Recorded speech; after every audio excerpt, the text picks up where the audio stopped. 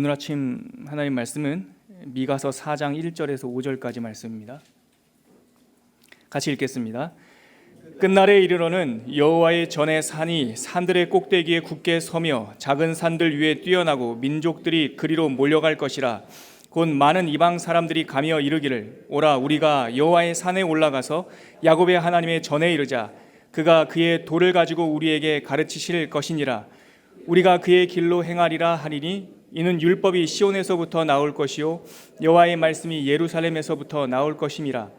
그가 많은 민족들 사이의 일을 심판하시며 먼 곳 강한 이방 사람을 판결하시리니 무리가 그 칼을 쳐서 보습을 만들고 창을 쳐서 낯을 만들 것이며 이 나라와 저 나라가 다시는 칼을 들고 서로 치지 아니하며 다시는 전쟁을 연습하지 아니하고 각 사람이 자기 포도나무 아래와 자기 무화과나무 아래에 앉을 것이라.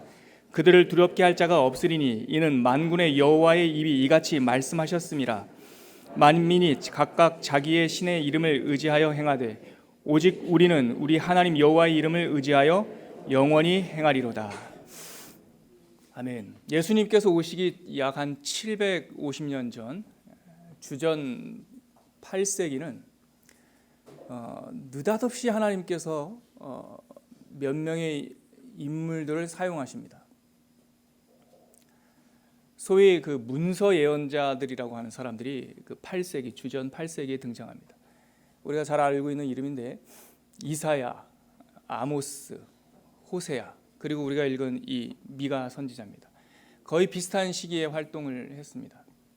여러분, 문서 예언자를 쓰셨다라고 하는 뜻이 함의하고 있는 뜻이 있어요. 의미가 있어요. 그 전에 엘리야, 엘리사는 더 어마어마한 사역들을 했지만 그가 스스로 어떤 것을 기록하지 않았어요. 그냥 말로 선포했어요. 말이라고 하는 것은 한번 선포되어지면 그 듣는 사람의 귀에서 머물거나 아니면 주변에 들은 사람들이 차후에 기록하는 거죠. 그런데 문서 예언자들, 다시 말해서 본인이 예언한, 본인이 받은 그 신탁의 말씀을 글로 기록했다라고 하는 것은 하나님께서 주신 이 메시지가 어떤 일정한 한 사람에게 해당되는 메시지만은 아니라는 거예요. 그리고 그 시대 사람들, 그 사람들에게만 해당됐던 것도 아니라는 거예요. 하나님의 신탁의 메시지가 기록됐다고 하는 것은 이 메시지가 보편적이라는 겁니다. 그 사람뿐만 아니라 그 시대에 있는 많은 사람들이 들어야 할 하나님의 메시지라는 뜻이고, 그 시대가 아니라 그 시대를 초월해서 우리도 지금 이 순간도 보편적으로 들어야 할 메시지라는 거죠. 또 하나, 하나님께서 동시에 남왕국은 이사야와 미가, 북왕국은 아모스와 호세야, 이 네 명의 선지자를 거의 비슷한 시기에 쓰셨다라고 하는 이유는 그 시대의 죄악, 그 시대에 하나님의 배반하여 일어선 그 경향이 아주 보편적이었다는 것을 의미합니다. 한두 명 나쁜 사람이 등장한 게 아니에요. 죄악이, 하나님 성경의 표현대로 말하면 죄악이 정수리에 찬 거예요. 가득 찬 거예요. 그럴 것이 이 우시야, 요담, 아하스, 히스기야, 남왕국 이 네 명의 왕, 그 주전 8세기에 살았던 이 왕들의 시대, 그리고 그것과 함께 그 동일한 북왕국 시대에는 여로보암 2세서부터 호세아까지 7명의 왕이 등장하는데 그 7명의 왕들 가운데 4명이 쿠데타를 일으킨 왕이에요. 근본이 없는 왕이에요. 다시 말해서 남왕국 유다와 북왕국 이스라엘이 정말 엉망진창인 때예요. 그리고 바로 그 8세기가 주전 8세기가 다 끝나기 전에 북왕국 이스라엘은 망해버렸어요. 다시 말해서 세상이, 이 팔레스타인 지역 세상이 정말 엉망진창이 돼버린 상황인 거죠. 그 상황 속에서 하나님께서 선지자들을 특별히 택하셔서 메시지를 주신 겁니다. 우리가 읽은 미가서가 바로 그러한 내용을 담고 있어요.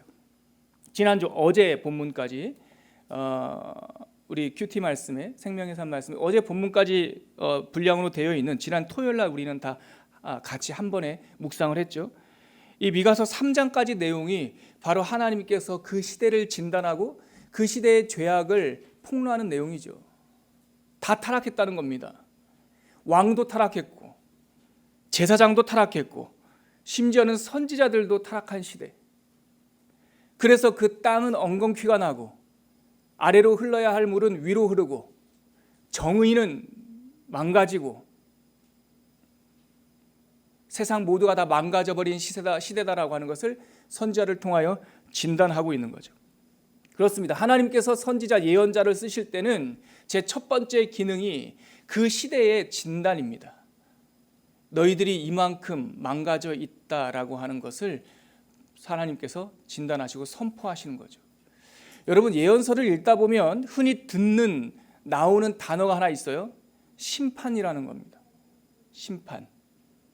이사야서도 그렇고 아모스서도 그렇고 호세아서도 그렇고 심판에 대해서 우리 예언자들이, 선지자들이 선포하는 것 같아요. 그런데 여러분, 것 같은 겁니다. 하나님께서 심판하시는다고 사람들이 생각합니다. 근데요, 잘 묵상해 보십시오. 그 시대를 한번 바라보십시오. 우리 미가서 1장서부터 3장까지 내용을 한번 보세요. 하나님께서 우리들이 그냥 평소와 똑같이 그렇게 살고 있는데 하나님께서 이 시대에만 조금 컨디션이 안 좋으셨는지 심판하시는 게 아니에요.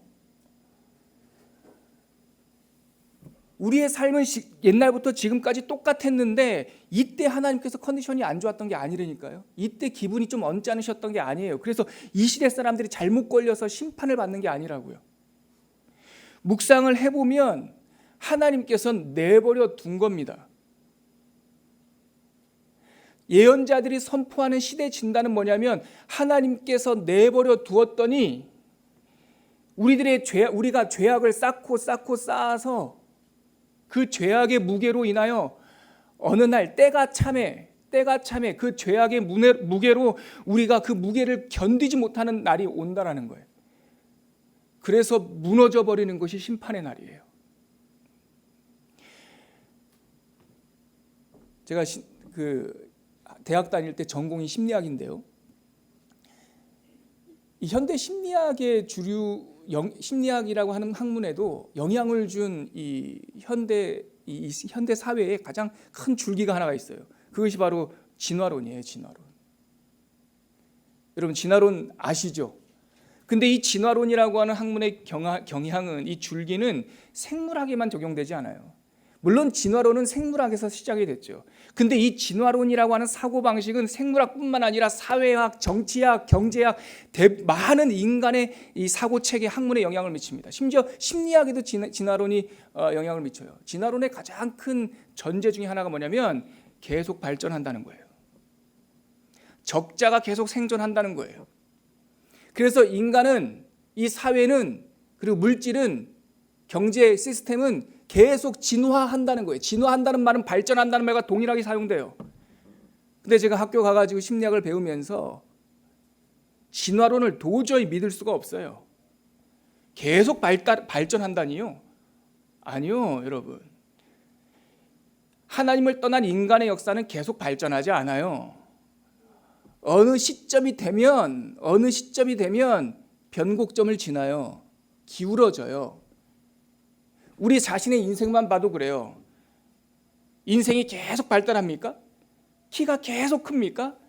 어느 시점, 적당한 시점이 되면 멈춰요. 적당한 시점이 되면 기울어져요. 사회도 그래요. 인간의 역사를 보세요. 계속 발전해 갖고 온 게 아니에요. 하나님께서 창조하신 그 첫날의 에덴 동산을 계속 망가뜨리면서 오른 거예요. 하나님이 우리에게 존재하지 않는다면 우리의 역사는 계속 망가뜨리는 역사예요. 엉망진창 뒤틀어버리는 역사예요.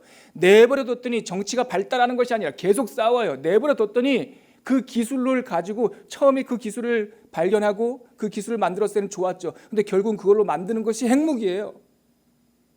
다이나마이트를 만들었을 때 좋았는데 그걸로 전쟁해요. 물질이 많아지고 포도원에 소작이 많아가지고 좋았는데 그걸로 만드는 게 포도주예요. 계속 망가뜨린다고요. 인간의 역사를 정확하게 여러분 꿰뚫어 보셔야 됩니다. 우리는 하나님께서 가만히 두기만 하면 우리가 우리의 스스로 무언가를 잘 만들어가는 존재가 아니라는 것을 빨리 인정해야 돼요. 가만히 두면 죽습니다. 가만히 두면 죄를 짓습니다. 가만히 두니 그 죄의 무게를 견딜 수 없는 때, 그때가 찾아와서 그 죄를 견디지 못하고 무너져 버리는 때가 있습니다. 선지자들이 예언하는 것은 바로 그 때를 예언하는 것이에요. 너희들이 하나님을 떠나니, 너희들이 창조주를 떠나니 너희 죄가 정수리에 차서 이제 죽을 때가 되었구나. 이것이 예언자들의 메시지입니다. 그래서 망가진 그 현실을 진단하는데 이스라엘 족속의 우두머리들도 타락했고 그 땅의 통치자들도 타락했고 너희들이 시온을 건설하는데 피로 건설하고 예루살렘을 죄악으로 건축했고 우두머리들은 뇌물을 받고 제사장들은 싹을 위하여 교훈하고 그 선지자들은 돈을 위하여 점을 치는 선지자들이 점쟁이로 타락했구나 라고 그 시대를 진단하고 있는 거죠. 이게 예언자들의 첫 번째 사역이었어요. 시대 진단. 그런데 시대를 진단하는 것으로 끝나지 않습니다. 하나님은 고발하는 것으로 즐거워하시는 분이 아닙니다. 시대를 진단하시는 이유가 무엇입니까?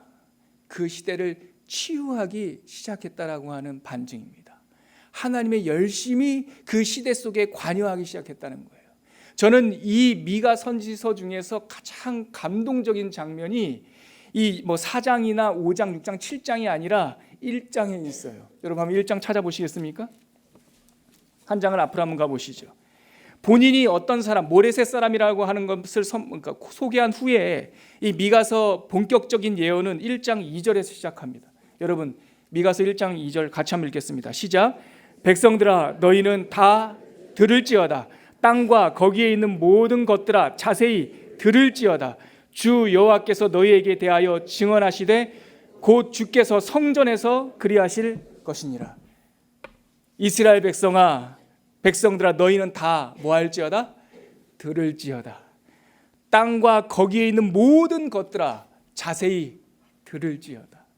저는 이 2절 말씀이 너무 감동적이에요. 하나님의 말씀이 선포되고 있는 거예요. 하나님의 말씀이 들려지고 있는 거예요. 이것이 희망의 전조인 겁니다, 여러분. 이것이 바로 과거와 미래의 변곡점, 분기점이에요. 하나님의 메시지가 들려지면 지금까지 우리가 어떠한 죄악의 역사를 걸어왔던지 그 죄악의 역사는 과거가 됩니다. 믿으시기 바랍니다, 여러분. 하나님의 메시지가 들려지면 이 과거 인간의 역사는 과거의 역사가 되는 거예요. 말 그대로 인간의 역사가 되는 거예요. 근데 하나님의 메시지가 들려지면 이제는 내가 살아간다 할지라도 나의 역사가 아니라 하나님께서 관여하시는 역사가 되는 거예요. 이스라엘아 들을지어다. 쉐마 이스라엘. 하나님의 말씀이 선포되고 있는 것이죠. 그래서 4장에 가면, 오늘 읽은 이 본문에 가면 1장과 2장과 3장에서는 너희들이 지금 어떻게 망가졌다라는 것을 이렇게 계속 망가져 오고 있다는 것을 진단하시다가 4장에 가면 다시 반전의 회복의 메시지가 들려오기 시작합니다. 성경에 보면요, 하나님의 메시지 내용이 이해하시기 편하게 말씀드리면 이렇게 U자형으로 기록된 부분이 있어요. 이게 U자형으로 뭐냐면 대칭을 이루고 있는 거예요. 대표적인 성경이 다니엘서예요. 다니엘서는 14장으로 되어 있는데 1장서부터 6장까지는 이렇게 세상 이야기가 나오다가 7장서부터는 하늘 이야기가 이렇게 U자로 나와요. 이게 대칭되어 있어요. 대칭되어 있어요. 우리가 읽은 이 4장은 앞에 나오는 너희들이 왕도 타락하고 통치자도 타락하고 또 제사장들도 타락하고 선지자도 타락했다 라는 내용이 이렇게 나오다가 4장에서는 하나님의 반전이 U자 형태로 싹 올라가요. 이것이 가능하게 된 게 뭐라고요? 메시지가 들리는 거예요. 하나님의 메시지가 들리니까 지금까지의 그 타락이 과거가 되고 하나님의 열심, 하나님의 이야기가 써져요. 그게 바로 4장의 시작입니다. 4장 1절 다시 한번 읽어볼까요? 시작. 끝날에 이르러는 여호와의 전의 산이 산들의 꼭대기에 굳게 서며 작은 산들 위에 뛰어나고 민족들이 그리로 몰려갈 것이니라. 언제 이른다고 말합니까? 끝날에 이르러는. 너희들이 타락하고 너희들이 죄악을 범하지만 결국은 그것도 끝이 있다라는 거예요. 그것도 마지막 날이 있다라는 거예요. 그것도 때가 찬다라는 겁니다, 여러분. 끝날에 이른다. 끝날에 이르러는 여호와의 전의 산이, 이 부분이 너무 중요해요, 여러분. 지금 모든 본질을 회복하고 있음이 이 1절에 나와 있어요. 왜 그러냐?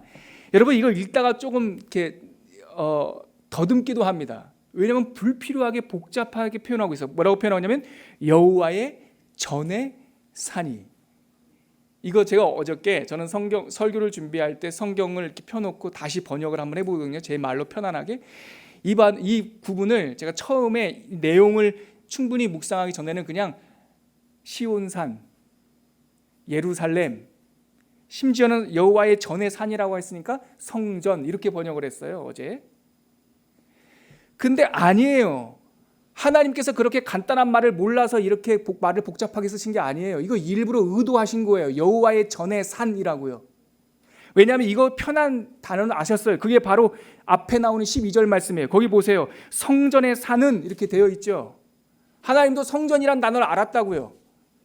예루살렘이란 단어 알았고 시온이란 단어도 알았어요. 근데 일부러 4장 1절에는 여호와의 전의 산이라고 복잡하게 말해요. 왜? 그 안에 그 단어 안에 담겨 있는 본질을 들춰주시는 거예요. 성전이라고 다 성전이 아니란 말이에요. 12절 보니까 시온은 갈아엎어질 것이고, 12절입니다. 보세요, 앞에. 예루살렘은 무더기가 될 것이고, 성전의 산은 수풀로 가득한 황무지가 될 것이다라고 하나님께서 진단하고 있어요. 성전의 산이 말이죠. 성전이 지어놨는데, 멋진 대리석으로 높은 곳에 지어놨는데, 그 사람들이 그곳에 성전이다 말하고 그 성전에 있는 산을 가리켜서 성전 시온, 성전의 산이라고 말하는데, 거기엔 누가 안 계셔요? 성전의 주인이 안 계세요. 여호와께서 안 계셔요.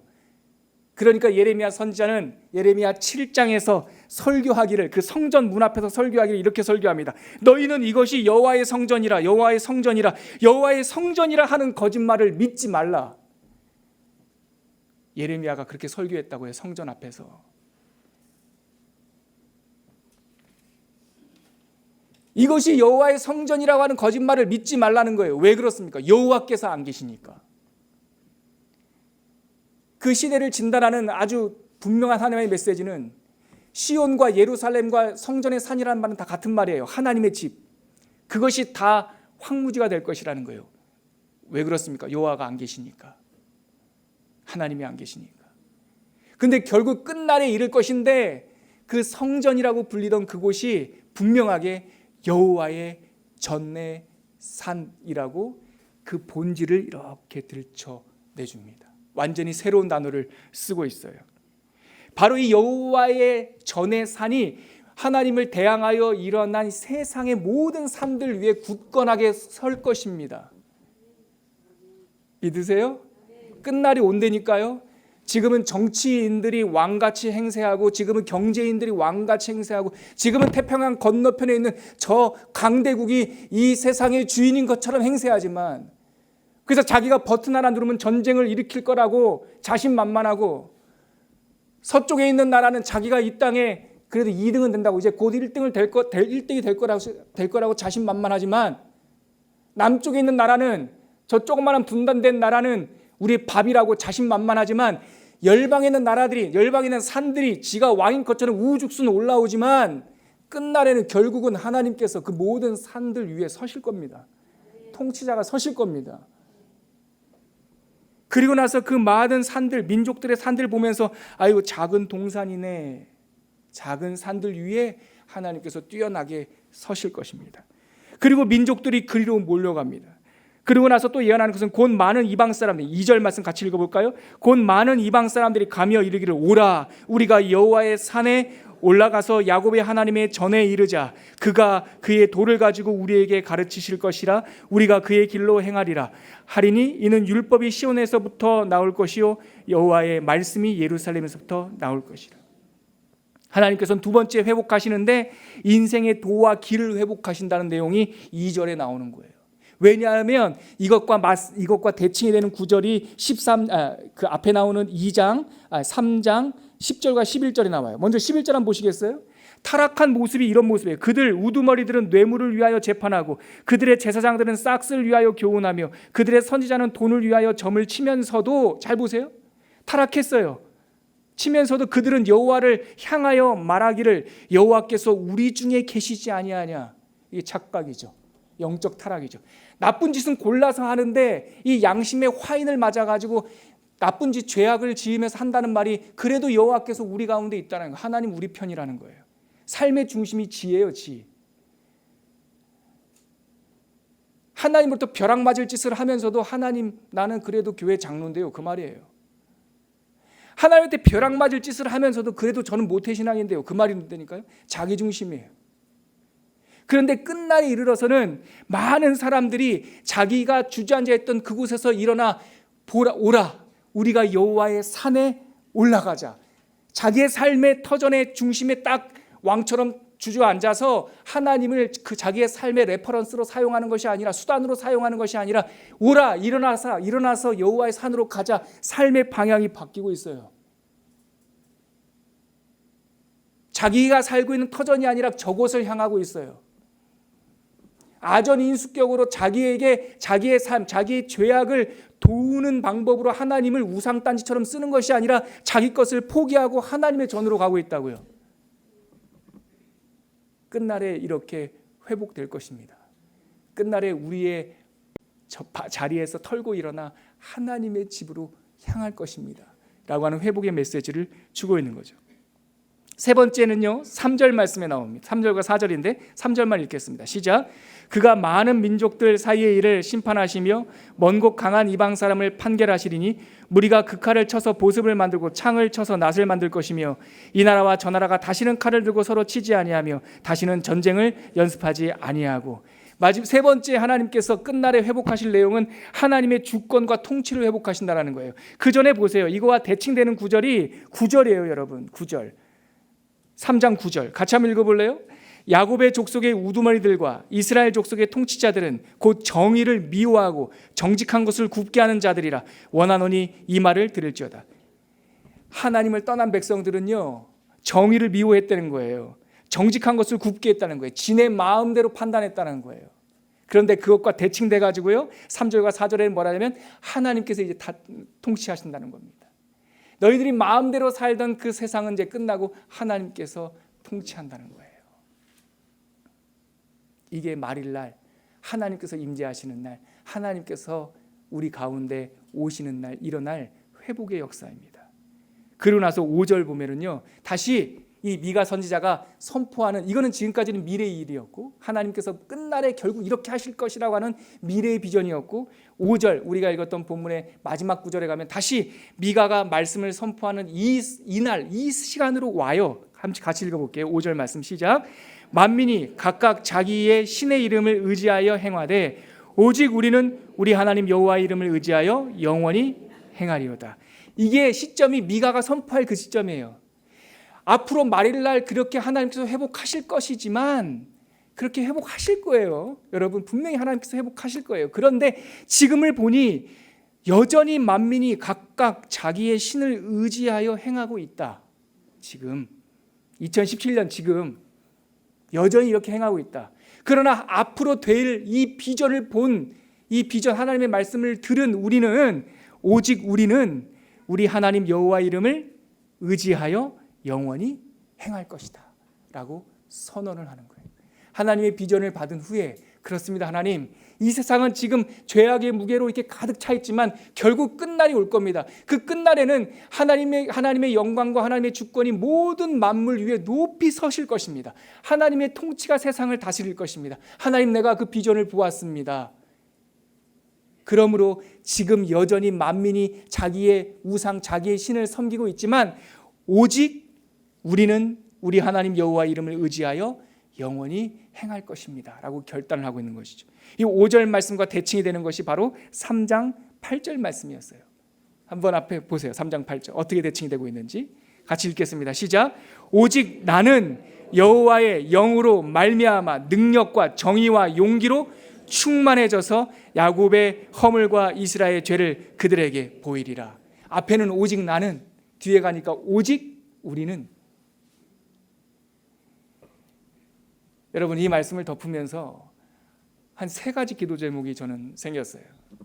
첫째, 하나님, 선지자가 있었으면 좋겠습니다. 우리가 살고 있는 시대에 이 주전 8세기에 4명의 선지자를 세워주신 하나님, 이 2017년 대한민국에도 선지자 좀 세워주세요. 하나님의 말씀 좀 들려주세요. 백성아 들을지어다 외치는 하나님의 백성, 하나님의 종들이 이 민족의 곳곳에서 일어나게 해주십시오 하라고 하는 소망의 기도가 생겼어요. 이렇게 하나님께 기도하던 차에 어젯밤에 문득 제 뒤통수를 치는 것은 선지자 이미 왔다. 선지자 이미 왔어요. 선지자가 이미 섰어요. 우리 성령 하나님께서 변함없는 선지자로 예수 그리스도께서 이미 보내주신 줄 믿으시지요? 그분의 이름 파라클레이토스, 우리의 옆에서 조언하시는 분, 보혜사 성령님이 선지자로 지금 우리와 함께 계시잖아요. 하나님 성령 충만한 나라가 되게 해주십시오. 그러면 미가 선지자가 뿐만 아니라 성경에 나오는 모든 선지자들이 외쳤던 메시지보다 더 선명한 하나님의 음성을 들을 줄 믿습니다. 마지막 세 번째 기도 제목은 5절 말씀처럼 하나님 그렇습니다. 2017년 만민이 여전히 자기의 우상을 섬길 겁니다. 우리가 이 예배 시간에 나가면 여전히 우상 섬기는 이 시대의 풍조를 맞이할 겁니다. 그러나 우리는 오직 여호와 이름을 의지하여 하나님의 말씀대로 살아가게 하여 주시옵소서. 그렇게 되면 하나님께서 우리를 통하여 하나님의 메시지를 세상 사람들이 듣게 하실 줄 믿습니다. 선지자를 세워주십시오. 성령 충만하게 하여 주십시오. 그러나 우리는 이 하나님의 말씀에 의지하여 살게 하여 주시옵소서. 이 세 가지 기도 제목 가지고 함께 기도하겠습니다. 하나님 아버지, 은혜를 감사합니다. 오늘 미가서 메시지를 통하여서 그러나 끝날이 반드시 올 것인데 세상의 왕들은 다 낮아질 것이요 하나님의 주권이 높은 곳에 설 것이라고 하는 이 분명한 사실을 믿게 하여 주시옵소서. 서로 왕이 되었다고 서로 이겼다라고 자긍하는 교만한 이 시대 속에서 하나님의 주권을 높이는 민족이 되게 하여 주시옵시고, 하나님의 이 열방 가운데 선지자의 민족이 되게 하여 주시옵시고, 하나님의 살아계심과 하나님께서 통치하심을 전파하는 우리가 되게 하여 주시옵소서. 그러나 우리가 또 여전히 세상의 악한 조류 속에 살아갈 것입니다. 그러나 우리는 이 시간에 결단하게 하여 주시옵시고, 하나님의 비전을 보았사오니 하나님의 말씀에 의지하여 하나님을 높이며 살아갈 수 있는 주의 백성들이 될 수 있도록 우리를 축복하여 주시옵소서. 존귀하신 하나님 아버지, 오늘 하나님의 음성을 들었습니다. 세상은 끝없이 죄악의 무게를 쌓아가는 그러한 세상의 풍조, 급한 바람 가운데 있사오나 하나님께서 그 바람의 뒤편에, 이 역사의 뒤편에 계시는 하나님의 뜻을 우리에게 보여주셨고, 하나님께서 결국은 우리 가운데 임재하시고 다스리고 통치하신다는 사실을 알게 하여 주시니 감사합니다. 우리가 이 비전을 붙잡고 이 세상 속에 살아가면서도 하나님의 메시지, 하나님의 주권, 하나님의 통치를 선포하며 살아가게 하여 주시옵소서. 이제는 우리의 왕이 되신 주 예수 그리스도의 은혜와 이 세상을 조성하시고 우리에게 관여해 주신 하나님의 사랑과, 그리고 2017년 지금도 여전히 우리와 함께 하시고 우리를 충만케 하시는 성령 하나님의 함께 하시고 인도하심이, 오늘 미가서 말씀을 듣고 결국 끝날에 세워주실 하나님의 주권을 선포하며 세상 속에서 하나님만을 의지하고 살아가기로 결단하는 주의 백성들 위해 지금부터 영원까지 함께 하시길 간절히 축원하옵나이다. 아멘.